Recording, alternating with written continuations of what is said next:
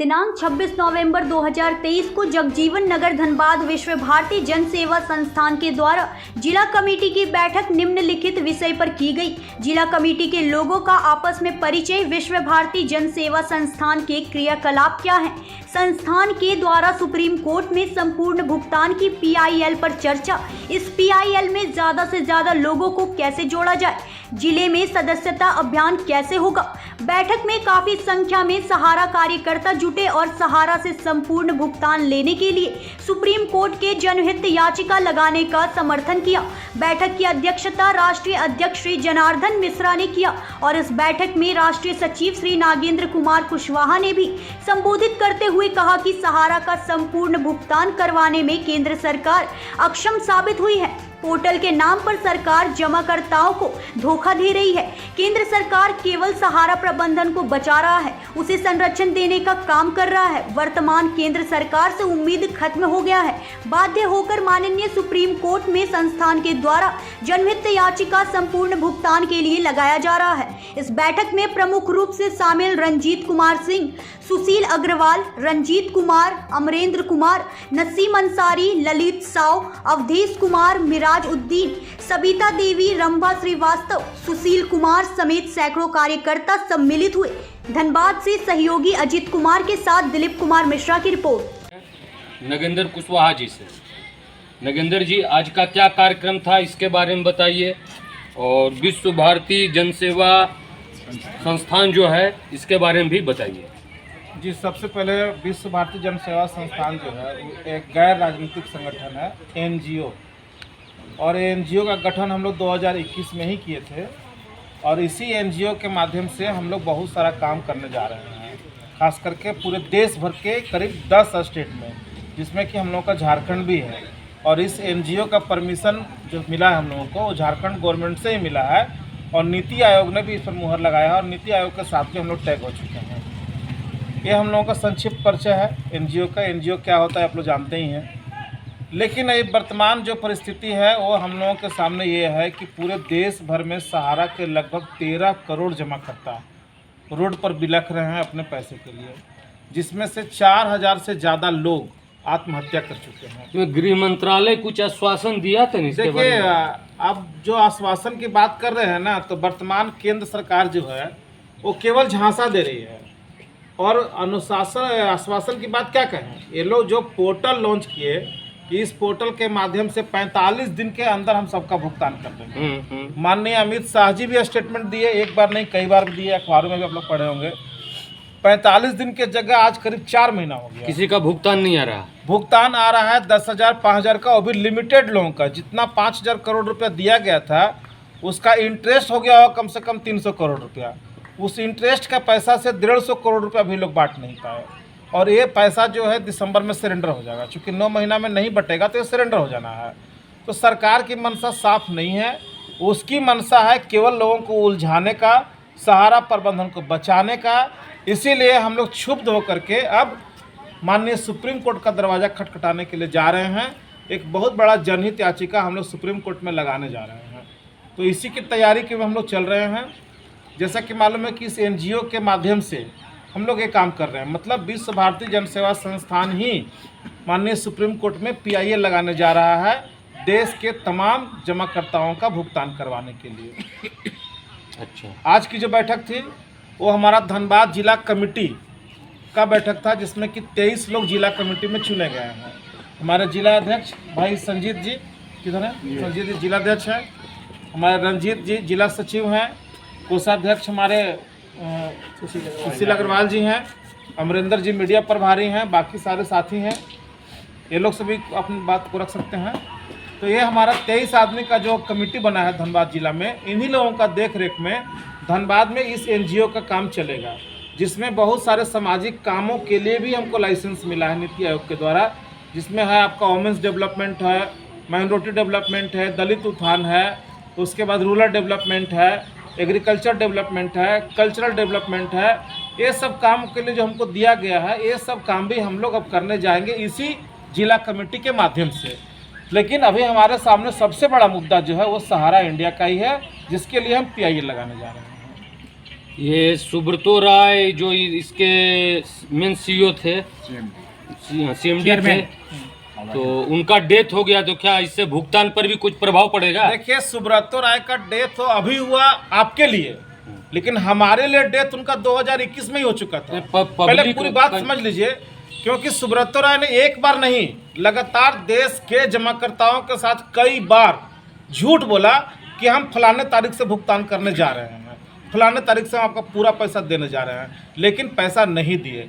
अंतिम झूठ जो उनका था कि सितंबर 2021 में तक हम सबका भुगतान कर देंगे, और वो खुद राष्ट्रीय मीडिया के चैनलों पर आकर के कहे थे। जब वो भी बात उनका झूठ निकल गया, तो हमारे लिए सितंबर 2021 में ही वो डेथ कर चुके थे, और उसके बाद वो खामोश भी हो गए। तो हम उनसे क्या उम्मीद करें?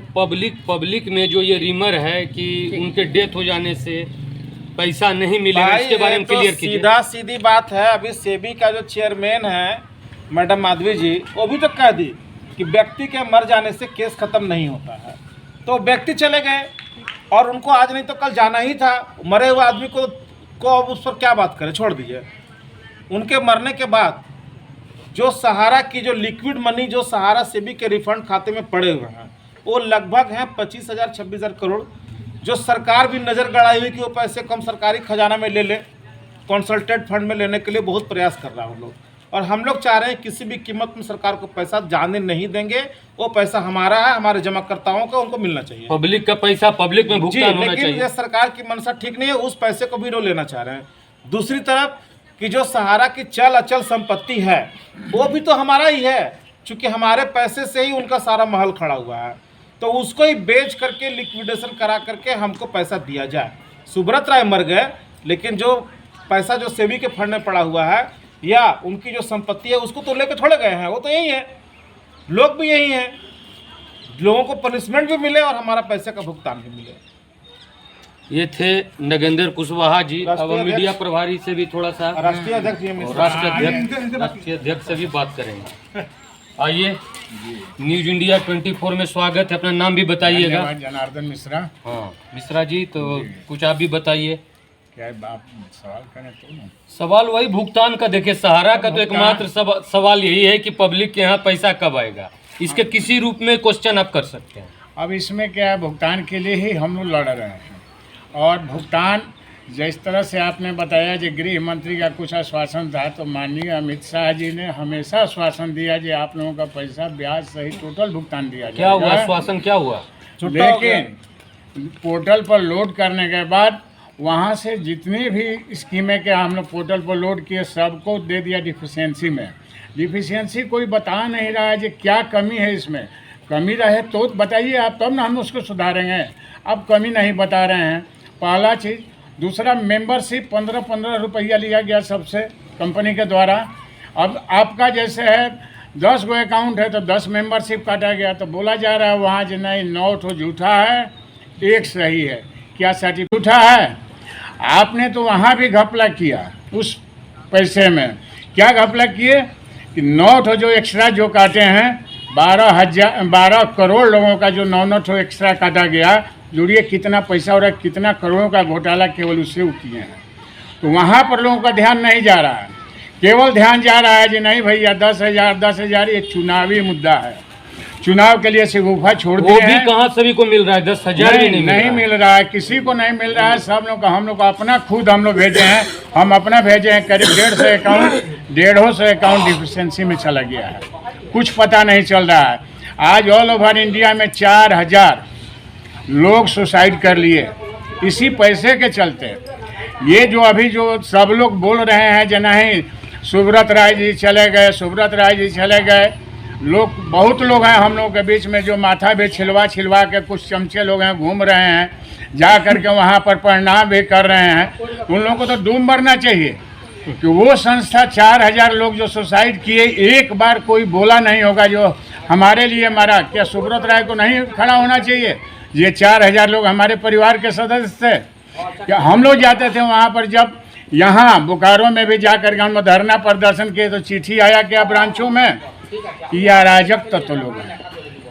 कल तक हम लोग कर्मयोगी थे, अब अराजक तत्व हो गए हैं और जा करके वहाँ पर कुछ भी हम लोग नुकसान कर सकते हैं। नेक्स्ट स्टेप आप लोग का क्या क्या करने जा रहे हैं? नेक्स्ट स्टेप हम लोग का सुप्रीम कोर्ट, अब इससे बड़ा कोई स्टेप है नहीं, और सुप्रीम कोर्ट में हम लोग दाखिल हो चुके हैं।